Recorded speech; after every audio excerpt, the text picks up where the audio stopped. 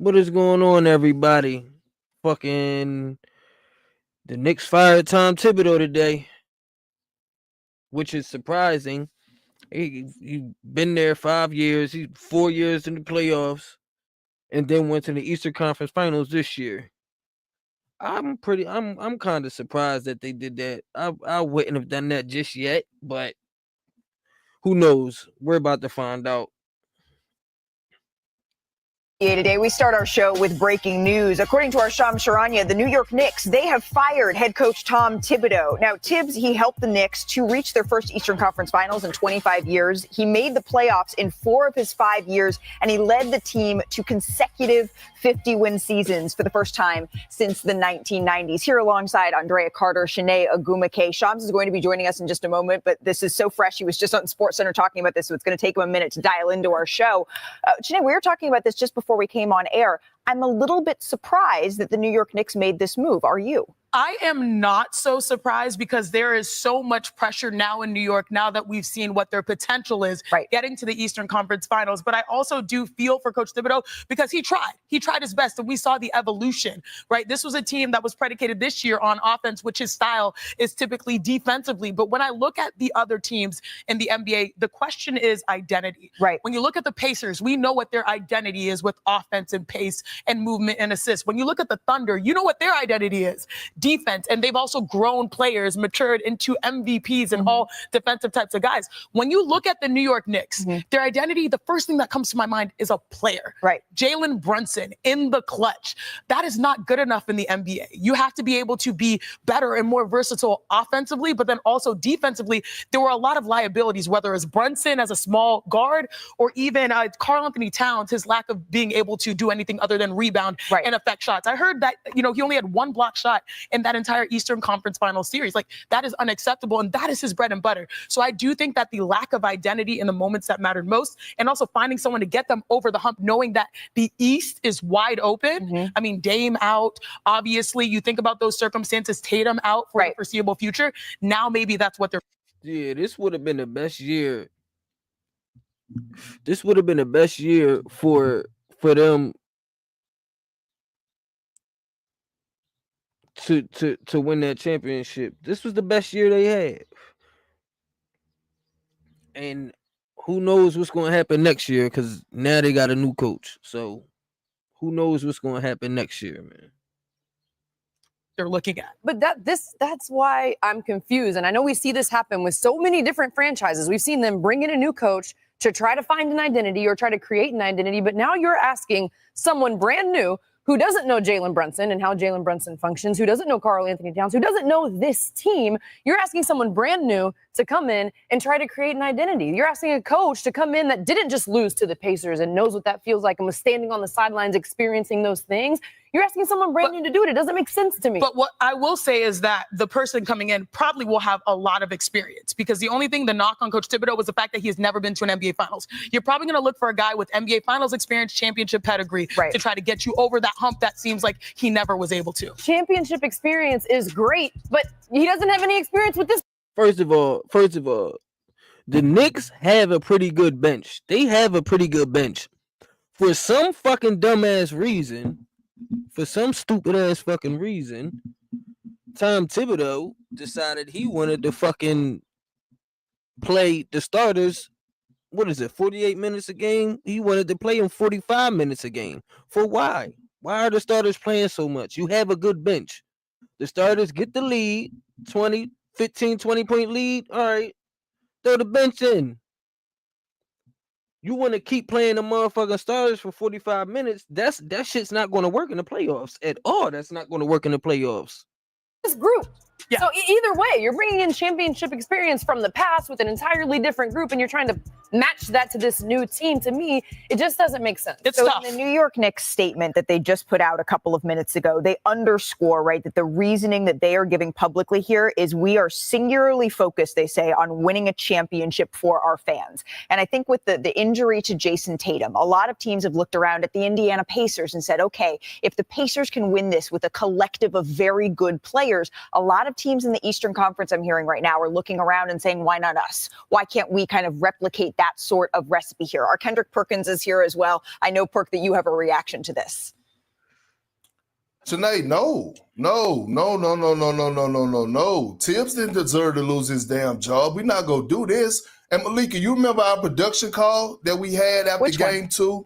And you remember I they said all blur together, we had a lot, but after game 2, when Karl Anthony Towns was benched, I told y'all on the production call, I said if they lose this series, it may cause Tom Thibodeau to lose his job, right, because of the game 2 and the benching of Karl Anthony Towns, because of the relationship that Karl Anthony Towns have with Leon Rose and Worldwide West that goes all the way back to the Kentucky days. Here's my problem with the firing, right? What was Tom Thibodeau supposed to do? Karl Anthony Towns, he started off the series, bro. He put you in the pick and roll. He switched it. You were getting cooked in the switch. So he tried to make an adjustment, and he tried to challenge the guards to fight over the screens a little bit harder and put you in the drop coverage. You was getting cooked in that as well. You wasn't getting back in transition. Jalen Brunson, outside of game 5, what was it, 68% of the time, he was getting scored on. So I'm looking at it and I'm saying to myself, what was Tom Thibodeau supposed to do at that moment? Right? When your two guys physically don't have it, right? They don't have it. They don't have the athleticism to keep up with the paces. Perk, what I'm trying to illustrate, this is something that you and I both know. Players are the last to go. And when you're in a situation where there's a lot of pressure, there's going to be decisions being made on tinkering around with the players. But we do know that before the blame goes to someone who you voted as All-NBA in Karl Anthony Towns, players are typically the last to go. It's typically the coach. Or even, you see there's a lot of pressure even on the GM in this situation for going all in and getting Mikal Bridges. And Shanae, I'm glad you brought up that point because it leads me to this point. Look at the two teams that are in the championship right now that are playing for the NBA championship, right? The Indiana Pacers and the Oklahoma City Thunder. Both of those organizations are ran by not the players, but the general managers. That's the problem. See, when the players try to take control and try to dictate stuff, it usually don't go right. Like, those days are over when it comes down to players having say-so and picking who they want. Right. We're looking at the Phoenix situation right now. They fired 2 head coaches in the last 2 years. Championship head coaches. Perk, you seem real fired up about this. One thing that does make the New York Knicks a little bit of an interesting case study in all of this is they made an enormous trade right before the season. And bringing in Karl Anthony Towns is a huge, when we talked about trading offense for defense, that's what the New York Knicks did in a lot of ways, and that came to fruition. I know the odds had them second, third, getting out of the Eastern Conference before the season, but that's because people love New York. It doesn't necessarily reflect how most people in NBA circles thought of them.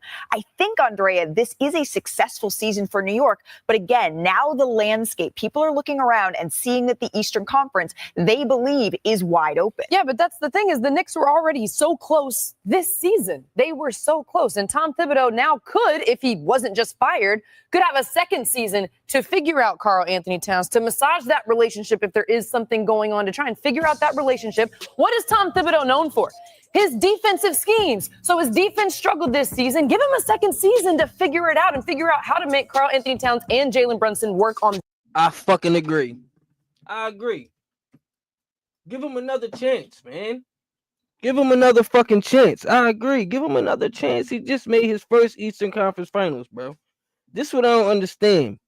How the fuck am I supposed to get experience if the job is not allowing me to get experience? That don't make no sense. So he had his first little taste of what the fuck it could be like. Y'all should have gave him at least another year to see what the fuck. Yeah, dog. Like, look, all of his seasons, dog, he got better and better. Like, come on, bro. Y'all on some bullshit in my eyes, bro. Like, ain't no fucking way he should have been fired already. I agree. That end of the floor. What should the Knicks be looking for in their next coach? This, to me, was an issue, a failure of personnel. And I think we're going to come back and look at the Knicks and saying, I believe it was 5 picks to get Bridges. Now you make a lot of assets to try to. And everyone's under contract. When you're looking at OG, Cat, Brunson, their core, their starters, they are locked in. Exactly. And on paper, this is a team that does have a lot of potential. Like we look at OG Anunoby as someone who is an elite defender. You know, the list goes on and on. There's chemistry there. There's synergy there from Nova in the past. But the issue is based off of Coach Tibbs' style, they built a team around offense. And I think that's why he was under the pressure cooker to see if he could meet his players whom he had no control of because they made those decisions. So Kendrick Perkins, what do they need? Who do they need? We've said experience, maybe someone who is offensively minded. I'm thinking about someone we just had on our set recently in maybe, I don't know, a Michael Malone. Perk, who are you looking at that would be the right voice? Because that's what the phrasing is from Leon Rose here. We need a different voice in our locker room. Who is that voice for New York? I don't know. I mean, it might have to be Michael Malone. I mean, when you talk about championship experience, what other coaches out there, right? Like Michael Malone, he could go in, again, he's from the New York area, right? Like born and raised, grew up, went to high school right down the street from where Kyrie Irving grew up. Yeah, I know my history a little bit down there in New York, but what I'm saying is, again, we go back to the point of, I don't know who they're going to hire. I think Michael Malone right now is probably the best fit if they're trying to win now because he is the championship level coach, right? He did max out Jokic to get an NBA championship defensively. So he does have what it takes. But I'm looking at OG Anunoby and I'm looking at a Mikal Bridges, and I'm sorry, Malik, I'm just going back to Shanae's point. Go ahead. They supposed to be stoppers. Drea, Malika, Shanae, Pascal Siakam won Conference Player MVP. Like, what was OG Anunoby and Mikal Bridges did? That wasn't on Tibbs. A lot of his baskets came in isolation and in transition. OG Anunoby's supposed to be one of the best 3-and-D guys in the entire NBA. They paid him over $200 million, not just for his offense, but what he brings his versatility on the defensive side of things. I'm not happy today. Well, I'm sorry to hear that part. I don't feel like Tibbs should have lost his job. Okay, and that is perfectly valid. I think it's time to get a little bit of an explanation as to why. We've sort of been pontificating on what we think was the reasoning behind this, but let's bring in the man that broke the news, our Shams Charania. Shams, what more can you tell us about the Knicks' decision-making to fire Tom Thibodeau here? Malika, James Dolan, the Knicks owner, and Leon Rose, the team president, they believed today and landed on the conclusion today that this team needs a new voice to take the next step to try to win a championship. Clearly, they believed that Tom Thibodeau was not going to be the guy for them to win a championship. And that's been the goal. When you make acquisitions like Leon Rose has made over the last year and a half, OG Anunoby, Mikal Bridges, Karl-Anthony Towns, you already have Jalen Brunson, you have a payroll that's getting higher and higher. And if this is the iteration of the team you want to move forward with, they felt like clearly there was something that just was not going to work moving forward. And Tom Thibodeau, 4 or 5 years that he spent there, they were a playoff team. You think about back-to-back 50-win seasons, the amount of success he had in his 5 years as head coach. Pat Riley, who else can you really think about in that same tone when you think about the last 30, 40 years in Knicks history? He had a very successful run, but they feel like they need a new voice in New York that can allow this team to win a championship. And we'll see here over the next few days and weeks who that could be. All right, so over the next couple of days, the next couple of weeks, that's when the New York Knicks are going to be turning their attention to who could be the next voice, the next steward of this franchise on the firing of James Dolan. I know that the print is fine, so let's all get our glasses out here together. But they said this, right? Our organization singularly focused on winning a championship for our fans. This pursuit, it led us to this difficult decision to inform Tom Thibodeau that we've decided to move on in another direction. They then thanked Tom Thibodeau, leading us with class and professionalism for the past 5 seasons, but also to tremendous success on the court with 4 playoff berths and 4 playoff series victories. But ultimately, we feel that this is a decision that's best for our organization moving forward. Tom will always be a part of our Knicks family, and we truly wish him nothing but the best in the future here, Shanae. Look, I feel like it's hard to have it both ways because over the course of the regular season, we hear so many people, fans, people on this network lament at the fact that they play their guys too much or they ride them too much, and then you don't have a bench that's developed, right? He adjusted that a little bit in the Pacers series. Yeah, exactly. But then these things have consequences when you fall short, and now you're looking at someone potentially having the blame for maybe not dealing with the players being ready in the moments that you need to, or the defenders stepping up in these moments. So it's hard to weigh these things because these actions do have consequences, even though to me it feels unfair because he can only coach the players in front of him, and they have oscillated toward a different style, which is off.